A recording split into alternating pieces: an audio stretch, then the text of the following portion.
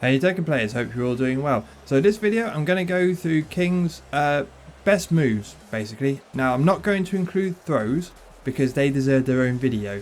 So that's reason number one. Reason number two is because if you've played King, you're told, you know, from day one that King has some really good throws. Throws are buffed in Tekken 8, so throw all day. And that's great. That will probably carry you through perhaps the first one or two baby ranks. After that you're going to notice that if you only throw, then it's not going to work because there's multiple options to beat throws. Vast majority of them are high, so they can duck. A lot of them, the range isn't so good, so they can back away. And to be honest, if the other person is mashing in your face, it's a bit hard to know when to do a throw. So these moves you will see in my, if you've watched my ranked guide for very new players, these are all the moves you'll see me spamming over and over again. These are absolutely critical to King gameplay. Now, this suggestion to make this video actually came from a comment that someone dropped under that particular video, that rank guide, as they pointed out that although I was trying my best to explain what I was doing, I didn't go to the basics of just basically pointing out what the moves are, what the button inputs are, etc, etc. So I'm going to rectify that now by basically going through these top 10 moves, why they're so good, and more importantly when you should use them. Okay, now on that subject, if you drop a comment, I read every single comment on my YouTube channel because I'm, you know, it's still a relatively small channel, so I promise I do read every single one. I might not respond to every single one, but I do read every one. So any feedback at all, feel free to drop it in a comment and I will look into it. So as I say, so this came from this suggestion from this viewer. So as I mentioned, if you watch a lot of King guides, they will tell you this move is really good, and you'll be like, okay, that's brilliant, but they don't necessarily say why, and they don't say when you should use it. So that's what I'm going to include for you brand new King players. Okay, so let's stop waffling and crack on with it. So the first moves I'm going to cover, I'm going to do 2 for 1, and they're going to be King's jab strings. Okay, so these are his jab strings. He has 1-2, which is that. He has 2-1, which is this. Okay, now let's talk about 1-2 first of all, and then I'll talk about 2-1. So 1-2, why is this so good? Okay, first of all, range. Okay, range. King is 2 meters tall. He's a big old boy, you know, that's why we love him. And because of this, he has massive arms, so he has a lot of reach. So these will reach from a good distance away. Okay. So that's reason number one. Now, just to cover, in case you're not aware, because I appreciate a lot of people just say this and don't explain why. The reason why jabs in Tekken are so important, okay, really important. The most important key move that everyone has. The reason why they're so important, they come out in 10 frames, so that's fast. That's basically one of the fastest moves in the game. Jab. Okay, if they land, in King's case we're at +8. Even if they're blocked, the one jab, you're still at +1. So it's a way of basically keeping your momentum going and not allowing the other players to take it back. So they're really important. So to have a jab with really good range is really important. Now, as you can see, 1-2, they're both high. So these do something what we call jailing, which means basically even if they block the first one, they can't duck the second. However, they can duck both. So if Paul was ducking right now, he could go under both of these. So you might think to yourself, well, that's a bit of a problem because you can duck them and then basically they won't land. And even worse, I can get punished. That's why we have this, which is 1-2-1. This is super important. Why is this? Because if you saw on those, on those hit properties, this is mid. You see? So high, mid. So if anyone tries to duck, that final mid will clock them. So that's really important, and I'll explain why. So why is this so important? Okay, because once we've conditioned our opponent to know that there's potentially 3 hits to this, we can do this. We can start using it to set up throws, and this is going to be a key part of this game plan and what we're going to mention. Okay, because now what we've taught our opponent is, okay, if you try mashing after the first 2 hits, you're going to get hit by that third one if I decide to use it. So you best stay still. And if you duck, that's going to hit you. So we've now conditioned them. And that's when we start setting the throws up. Okay, so that's why that jab string is so important. And it's really, really, really important to get that in your head early on. Okay, and I promise, I know this sounds like I'm making this up. I've literally taken entire rounds by just doing this. And variations of it. Because in the early days, people just want to press buttons and they don't understand this. They need to wait, and that's literally won me matches. Okay, so that's the first jab string. Super important. The second one is, you notice he has 2-1. Okay, now you'll notice that actually does more damage. So 1-2 does 20 damage, pretty good. 2-1 does 25 damage, so really, really good. And even more crucially, again, did you notice the hit properties if you look at them? High mid. This is really, I can't stress enough how good this is, okay? Because this is a jab string that contains a mid. It's a really, really rare thing. I can't think off the top of my head which other characters have it. I think it's more of a legacy thing that only kind of, you know, it's not something you see in modern Tekken characters. And it's really, really good. Why is that? Because it catches people who are ducking. Because they'll be able to duck that first hit. The second one will clock them. And you get +8, which, as I alluded to, +8 is really, really, really good. Because they basically means if you're at +8, it means that the opponent can't step and you can basically get a throw in.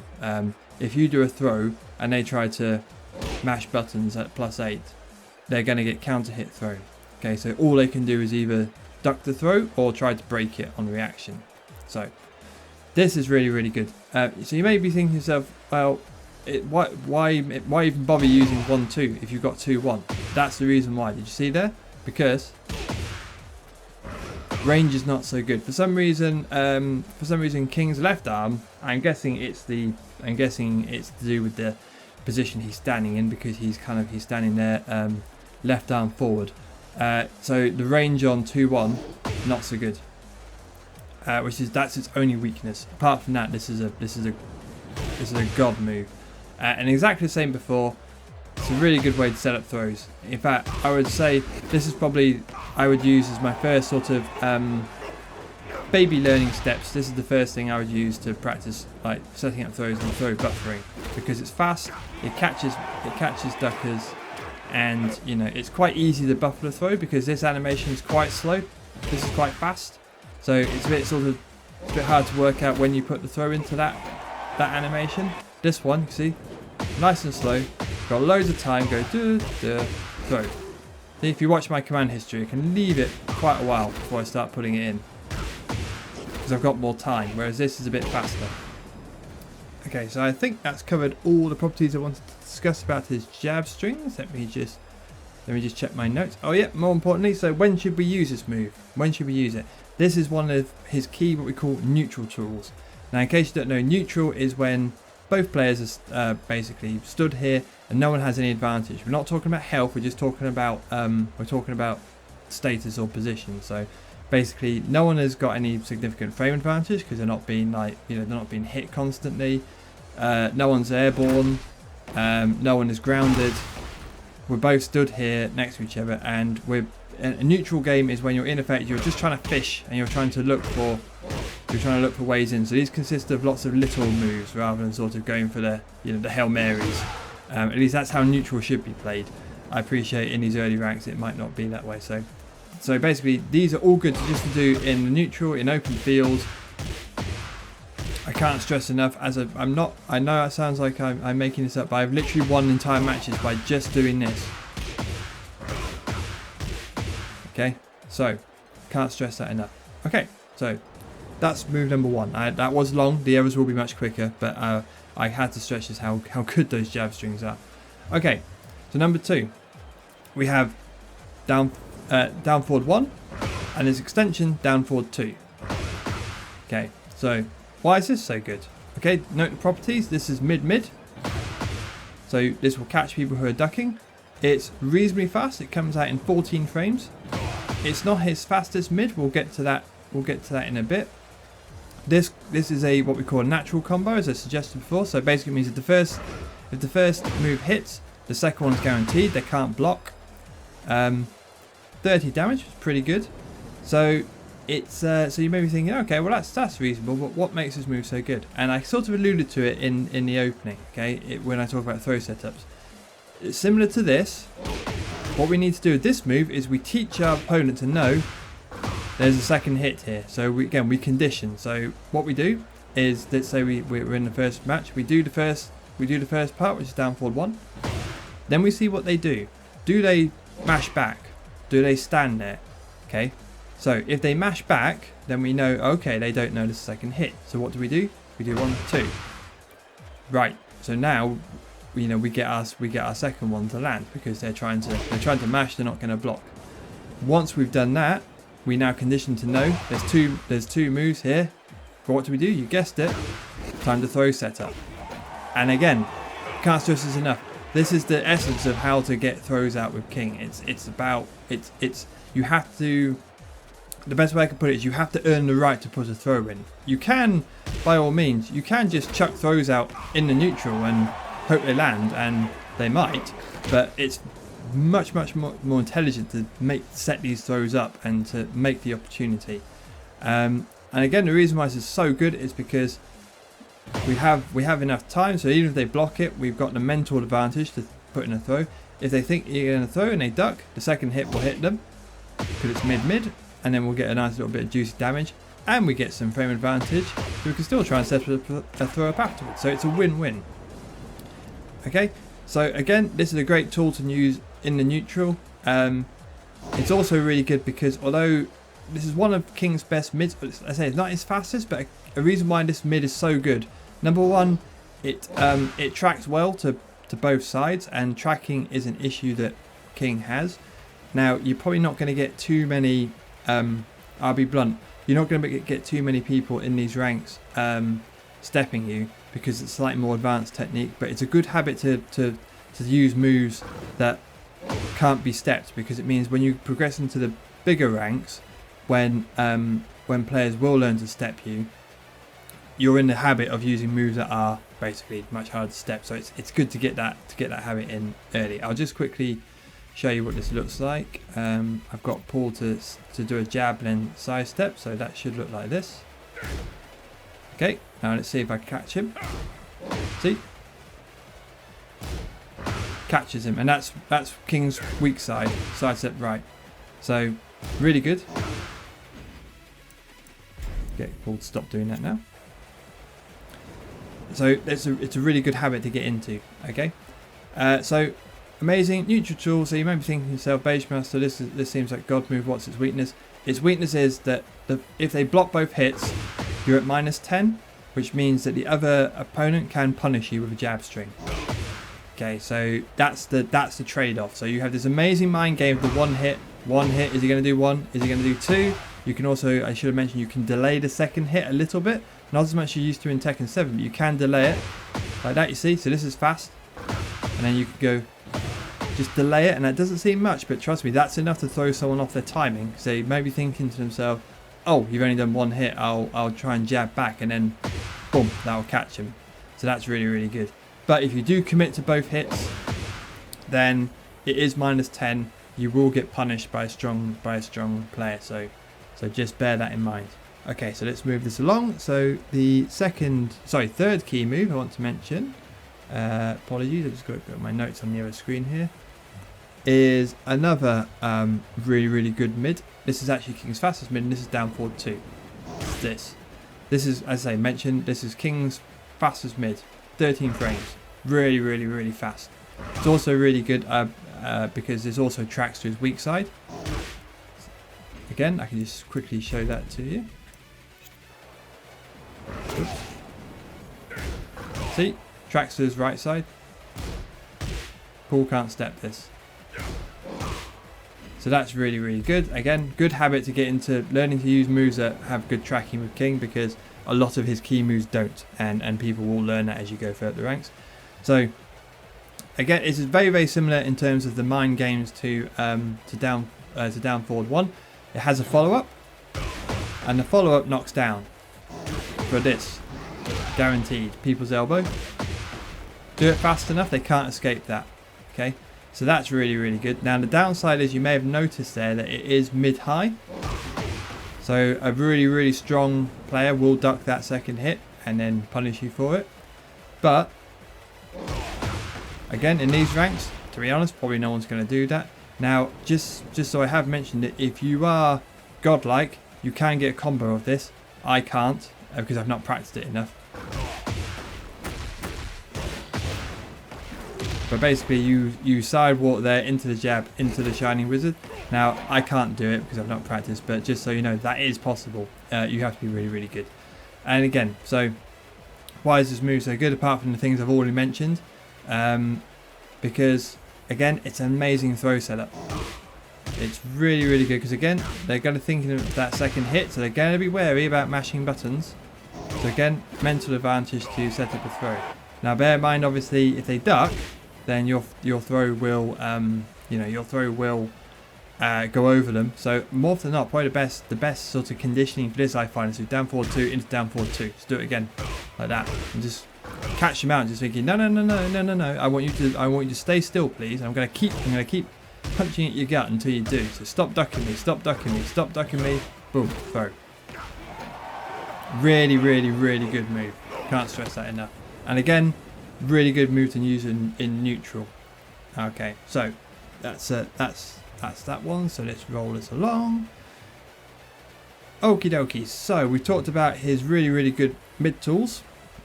It's now time to talk about a move which is frankly broken in my opinion. And what's this? This is his best low, which is forward neutral 2.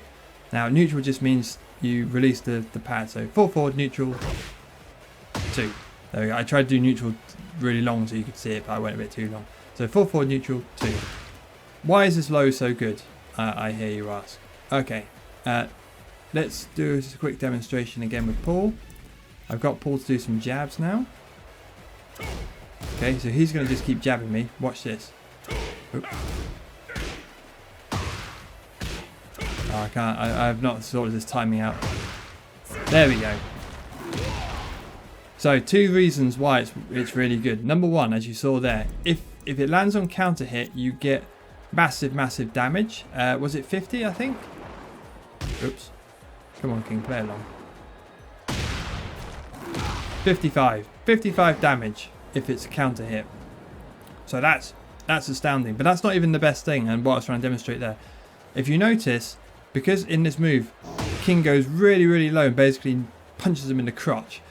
So because he's ducking so low, this move has a lot of what we call high crush. That means that any moves that are highs, like jabs, and as I mentioned before, people love to use jabs for the reasons we mentioned, this goes zoop, straight under them. And if you get the counter hit, massive damage. Okay, so this is really, really good. Now it's +8 on hit. +7, sorry. I lied, so it's +7 on hit. So again, pretty much your throw mix-up is guaranteed. They can't really step. They can't really step at +7. You're gonna get clocked by this, that, and the other. Now on block, because generally speaking, again, the Tekken ethos is lows are really good in that they can't be blocked if you're just holding neutral guard. If you hold down back and guard them though, they're quite weak because generally speaking they're very minus if they land. This is only -13 on block, which is absolute insanity. So what that means is, pretty much, as far as I'm aware, the only character who can block and launch you for this is Kazuya, because he can block -13 lows. No one else can. So this is why this move is just, it's so good. I think to be honest, I expect to see this nerfed in a future patch. I think it's too good, and I don't see why you'd use any other low. Why would you use anything else than this? Now again, when's a good time to use this? It's a great time to use in the neutral, because if the person is trying to poke you out with jabs, just go straight under.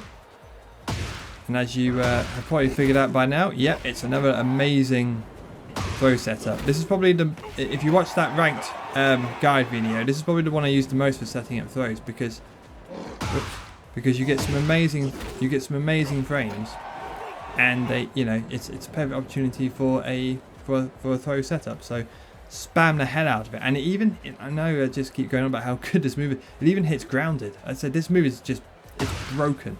And you may think to yourself, well, you know, Beige Master, there's other strong lows in this game. Why do you keep going on about this?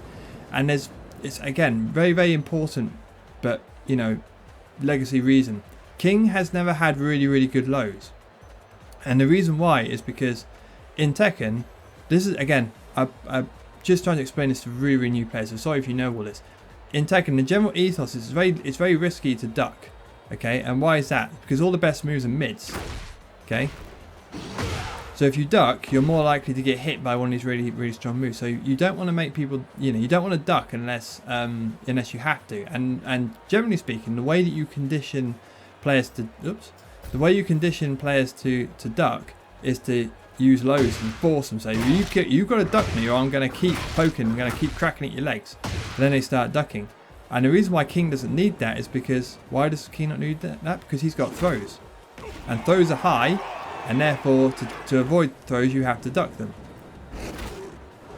So King doesn't normally need good lows, because basically people will duck him anyway because of these throws being so good. And then once they start ducking, that's when you can start, don't use that one, but that's when you can start using these really good mids. So for King to have a really, really, really good low, it's not normally a thing. And as I say, I suspect this will get nerfed. In a future patch. But hey, while it's still there, abuse the hell out of it, because it's godlike. It only has one weakness, which again I should demonstrate now if I've got pulled to size set properly, is that the tracking is not good. See? No tracking at all. And it very, very easily stepped. So that's its one weakness.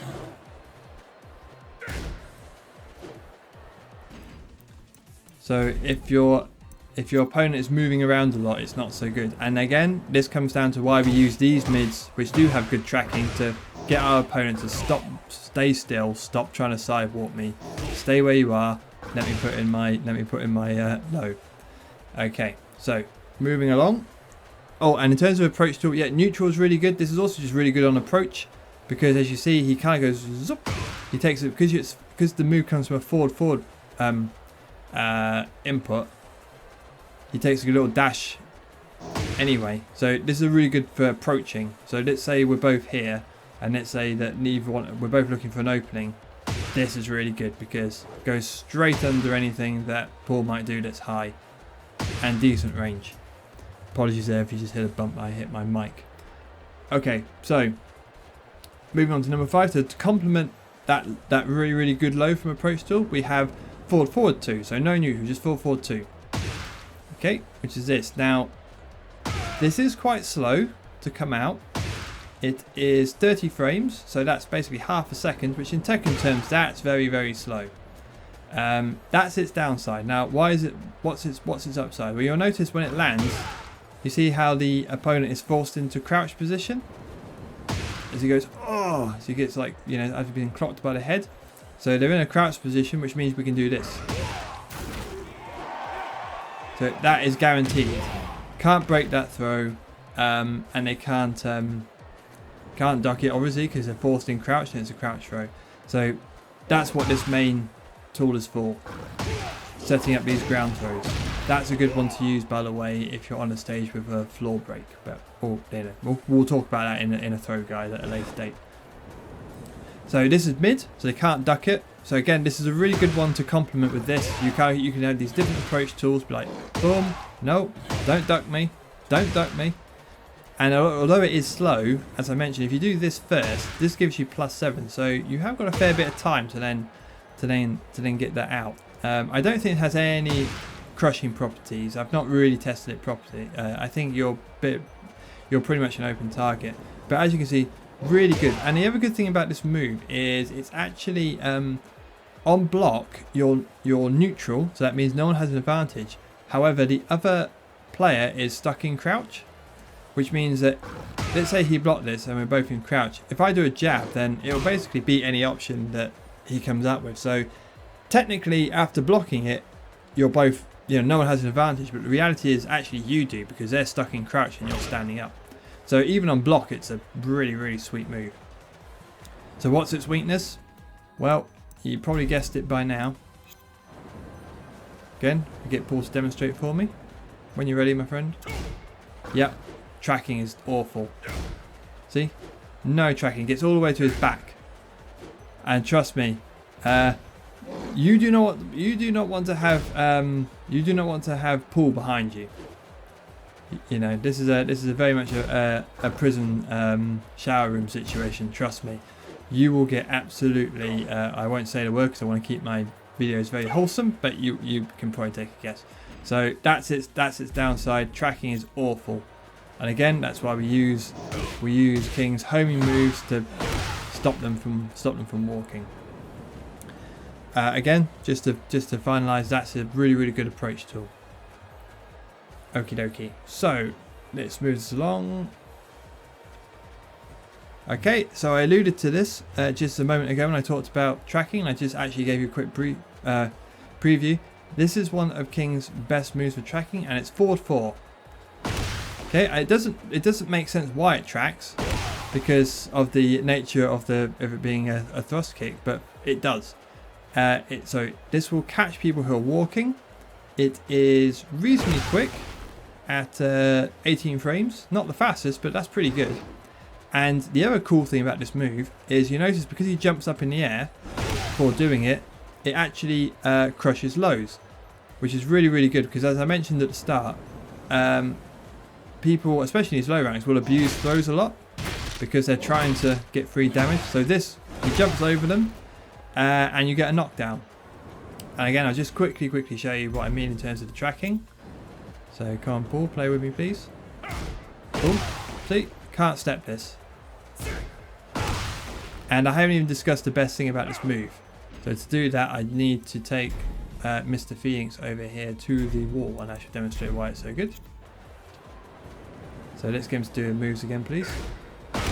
See, it wall splats. If they try to step away from the wall, that will splat them. So pretty good, hey? So this is a really good move. You got them by the wall, you know, because once people are by the wall, they're trying to walk away from the wall, because in Tekken it's a really bad place to be. So that's when you abuse this. So that's really good. And also, as I mentioned, it's a mid, can't duck it. Okay, so let's go back to a more neutral position. Oops. Okay, so I don't need to say much more about that move. So that's one of his key ones. If again, it's slightly more advanced, but I'm just giving you information now so you know for as you go up the ranks. If they start walking a lot, that's really good. If they're spamming lows a lot, also really good. And also any move that gives a knockdown is really nice for King. But again, I'll save that for a throws video. Okay, so moving on to number 7. Now this is a slightly controversial one because this is a godlike move, but only spam this up to a certain point. Okay, so hopefully I've now got you intrigued. This is King's full crouch, so it means you have to do this from full crouch. You can't do it from standing. Full crouch down 4-2, and it's this. Okay, now again, you've probably seen me land that quite a lot in that rank guide. I think it's the one I got the most launches of. So why is this so good? Well, it's a launcher. You see Paul there holds his stomach, as basically King has just pulverized his innards. So it's a launcher. It gives massive damage. Even on the most 2-hit combo, look at that, 70. Okay, so it's really good. I think it's one of King's highest damage launchers. The range, I can't begin to explain how good this range is. Okay, again, because not only has King got big long arms, but in this move you notice he kind of takes like a glance forward and then swings at them. See how far back I can actually do this. Okay, not quite there. So range absolutely massive, and I can demonstrate this perfectly if I've got Mr. Phoenix to do what he should be doing. It could be on here. Okay, look at this pushback on this move. Okay, this is one of Paul's launches. If the second hit hits you, you get launched. Watch this. Punish. King is one of the very few players in the game that can punish that low. Because their range is so amazing.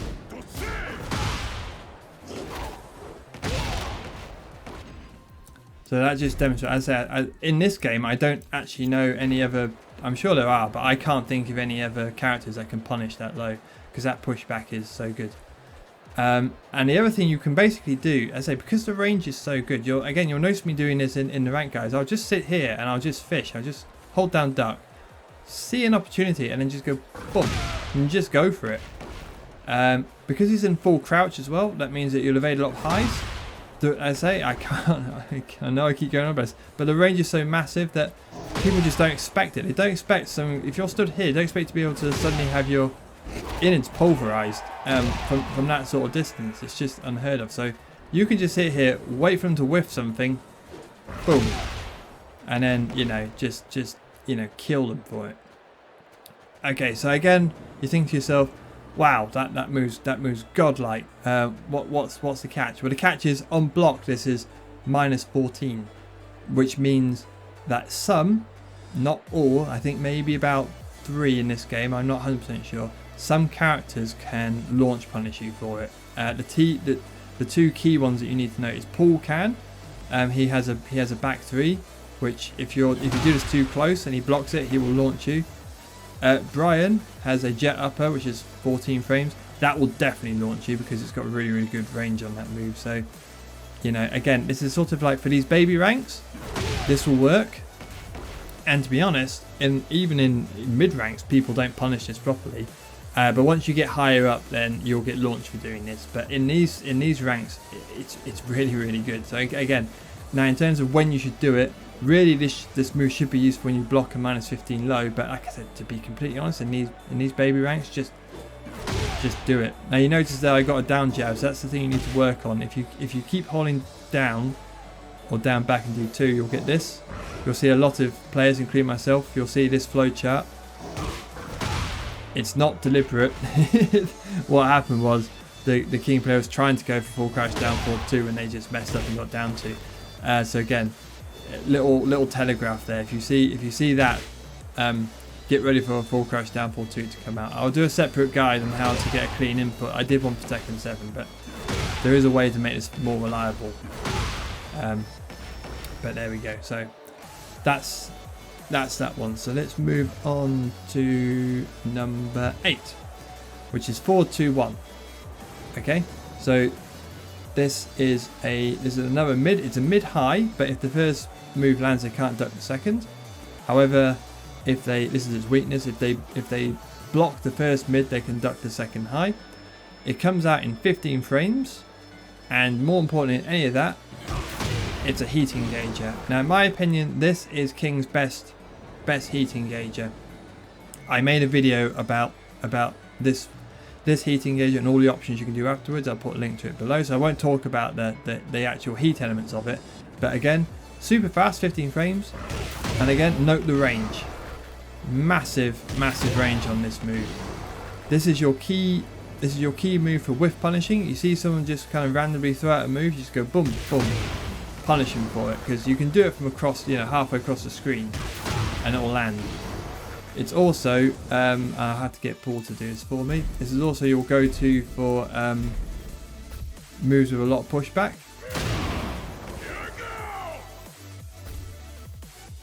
Okay, see if this works. See that? Punish. So really good move. I can't stress that enough, the range on this thing. And as I mentioned, again, don't spam it too much because a good player will duck the second hit. So it's that's its weakness. But apart from that, it's amazing. And I say in my opinion, King's best heat engager. So again, in terms of when to use that move, use that as your whiff punish tool. Use that as blocking any move that's -15 or higher that has a lot of pushback. So Death Fist is the obvious example. The spamming move that Victor's love to throw out when he shouts out. I think he shouts out shiny. I know he doesn't. They go shiny. Just boom, boom. That will punish it every time. Devil Jin's up forward thing when he flies in the air and lands, boom, boom. That will get it. Just get that locked and loaded in your in your mindset. Okay, so moving on to number 9. This is his in my opinion, one of his best power crush tools. Okay, which is back 3. Which is this, the leg. Okay, so this is a power crush, as I mentioned. So that will, if the opponent is jabbing, then this will power through. Again, hope I can demonstrate that. Come on, Paul. Oops. Come on, Paul. Play along with me, my friend. See? Powers through there. So this is, I think, one of, not the best, I'll tell you the best in a minute. I think this is one of King's best panic buttons. Because again, this is your get off me. The range on this, again, I can't stress this enough. Massive leg. Again, you can use this to punish certain moves like Death Fist. This will reach. And in case you haven't seen that second part of the animation, this is a key thing to learn early on. If you do back 3 by itself, you get this, which is alright, 23 damage. However, what you need to do is you press back 3, and as it lands, you press 1+2. Oops. You get that. That gives you 43 damage and a really nice Oki position. So learn to do that. It's much easier in Tekken 8. In Tekken 7, that used to be frame perfect, and this is really lenient. As long as you hit, you know, 1+2, you'll land that all day. Again, so in terms of when to use this, as I sort of alluded to, this is King's best panic button, in my opinion. Just get off me. Its only downside is a high, as you can see there, and it's also, I believe it's -12 on block. So I think it has a little bit of pushback, but any character that has a good 12 frame punisher that with good range will punish that. But I think in terms of risk reward, it's worth it.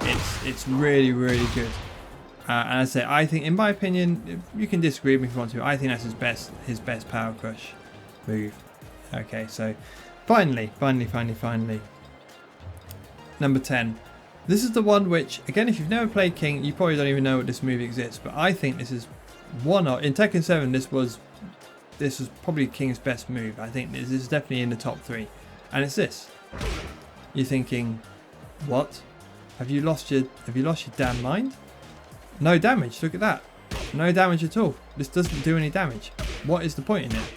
This move, by the way, is forward neutral 1+2. So forward neutral 1+2. So you're thinking, Beige, you've lost it, my friend. Why is this move so good? Let me explain. First of all, do this fast enough. It comes out really quick. Note that. Now, it says down the bottom, startup is 9 frames. So technically faster than a jab. Now the reality is you're never going to get out that fast because you have to do the forward first. That slows it down. But again, really fast move. Super fast. And you're thinking, okay, Beige, brilliant. It's really fast. But it's still giving no damage. That's because it does this.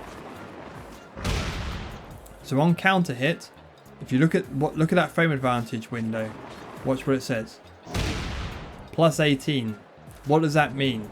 Okay, it means we can do this. And they cannot block it. That is absolutely free. Can't block that move whatsoever. So this, if you land the counter hit, which by the case you haven't worked out, that's what this property is. That's when if the opponent is pressing a button and you catch them and you clock that, it counter hits, and we get our +18. That becomes free. I believe also back 1-2 is free. It certainly used to. We'll just double check that. Yep, that's free, and back 3 is free as well. Oops. That. Now you'll notice if you go for just the guaranteed damage, you'll note that the damage is scaled down. So if you look at, for example, back 1-2 by itself is 33. If you land it after this, that goes down to 23. Okay, so that's why this move has been nerfed in Tekken 8. In Tekken 7, all the follow-ups were unscaled, which meant that you got full damage, which made this move just outright broken.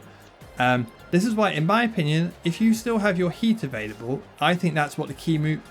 I had to reassess this move. I think that's what its key purpose is. It's to set up the heat engager, because they can't block that. Now, after you've landed it, all this damage is not scaled anymore. So once you've got the heat engager on, the scaling comes to an end, and you've got all the advantages of being at plus 17 right in front of the in Paul's face in this case. So that's where I think this move really shines. That's what it's there for. If you haven't got heat, then by all means use it to land these moves for free. But if you do have heat, that's where it's really good. The other thing to note, just while we're on, is even if this lands but not counter hit, you're at plus 7. So that's really good. We can do some little follow-ups, which they have to block. You can also, if you're really good, it's a really nice little quick shining wizard follow-up. I'm gonna try to get the blue spark. Oops. I'm not gonna get the blue sparks, but it's a really good follow-up for that. So you can sort of check them, and then try to do something else. If you're really good, you can actually do a dash up giant swing as well from this. There we go.